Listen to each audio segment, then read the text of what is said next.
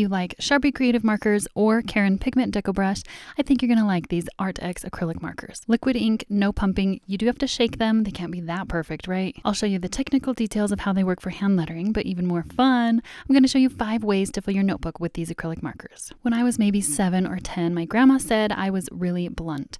I didn't know what that meant at the time, but I'm going to be blunt now. I was not expecting to like these, and although they're not my #1 favorite, there are a few things about these that made me love them, and it surprised me. The label says, shake then enjoy. You can see the ink inside through these adorable cloud smileys. When I shake it, it feels and sounds just like the Sharpie Creative. And Karin, thank you to Arrtx for sending these to me to test out. This was the previous Arrtx acrylic brush marker that I reviewed, and I think it's going to be really confusing to make a YouTube title because they're called the same thing, but they're not the same. The older ones get a bit dry, but you don't have to shake them. It's not liquid ink. And I'll be blunt again, I prefer the liquid ones. Let's take a closer look at the comparison between these 3 acrylic brush pens. Honestly, they all feel really similar. The color of the green Karin is different. Karin made theirs first when there weren't many other acrylic brush markers out there, and now it feels like more and more keep popping up. The Sharpie and Arrtx look like the exact same ink to me, and maybe I could find Karin in that green. I didn't try that hard. And how do they handle the basic strokes? The brush tip is bouncing back into place. It's a little soft, but it snaps back still. I can get a good variety of thickness to my downstrokes. I pulled out my Sharpie Creative just to compare, and you know, bluntly, they feel pretty close to exactly the same to me. However, if you've seen my other video, one problem with the Sharpie is there's not enough colors. These ones have 36. I did notice the storage box was a little tricky. You have to have each of the markers laying perfectly with the little clip of the lid up. Karin definitely excels in their storage since each marker basically has its own cozy bed. I'll use my Strathmore visual journal with Bristol smooth paper to see if we need all 36 of these colors. Let's swatch. The names of the colors are on the lids, not on the pen body. They're all random numbers for the colors, which is fine, but bluntly, it does feel a little underwhelming when Karin markers named all 84 markers with pretty fun names like Antique Pink, Canary, Duck Egg, Fire Red, and Grass. It doesn't change how I can create with them. Karin markers are just the overachievers of the class. I will say though, these 36 colors feel like a really manageable selection of colors. Not too many, not too few, which was the problem with Sharpie only having 12 colors, and that includes white, black, and brown. But how do they do with filling a notebook? My inspiration for this page was my telescopic pencil case. These simple black lines, if you ever struggle to know how to fill your notebook, start by looking around you and see if anything sparks an idea. I wanted to add some kind of rainbow on top of the black lines, so I swatched out some colors to choose my palette. While doing that, I realized I had missed this olive green color in my original swatch, so I added it real quick and went back to creating my palette. These were super basic rainbow colors, but I couldn't decide between the dark or light green, so I kept covering up either one to see which one I was feeling. I ended up choosing the light green, but I want you to know just because that's what I chose doesn't mean that's the only right way. Maybe on a different day, I would choose something else and it would be just as good. You are capable of choosing what feels good to you. And if you're having a hard time deciding, just do what feels satisfying. You can see that the black shows up underneath, so they're not 100% opaque. Maybe if I did multiple layers. This feels pretty similar to how opaque the other acrylic markers are, but when I get to the white for the word, it did a great job, especially over the black. I was very impressed.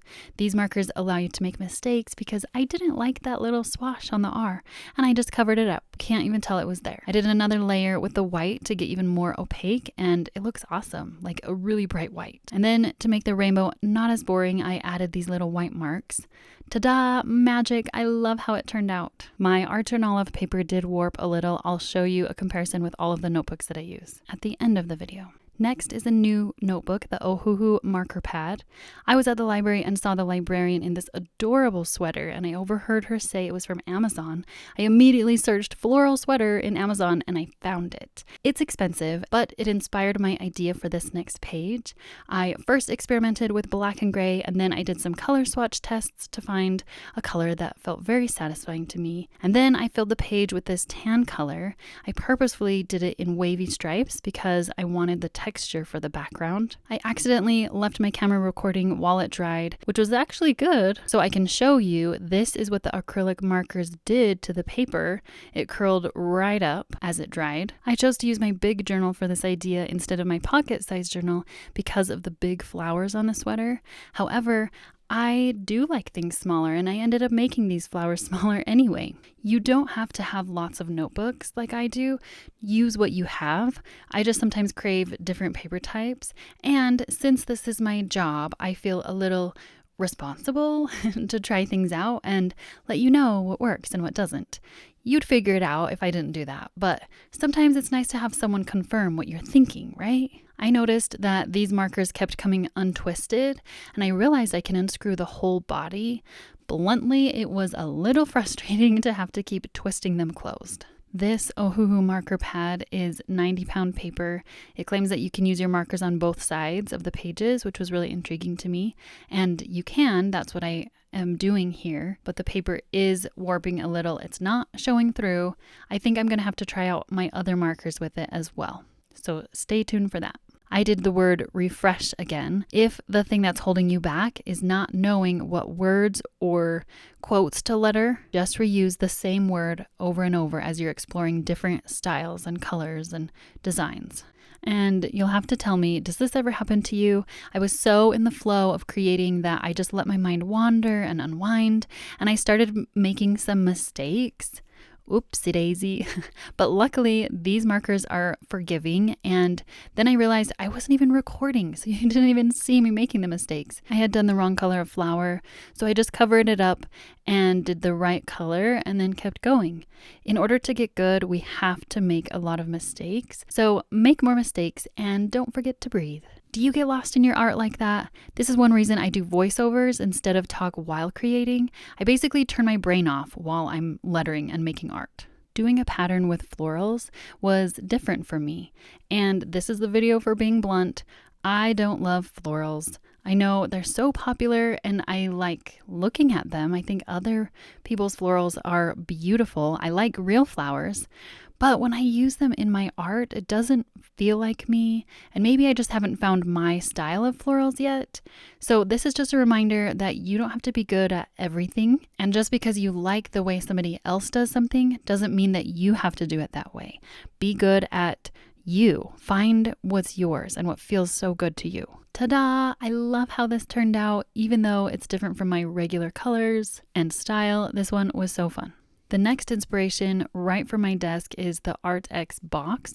It's super cute with those little smileys. For the checkers, I used washi tape because I wanted that really satisfying tape peel, but I could only do half the squares, and I had to reapply the tape to get to the other ones.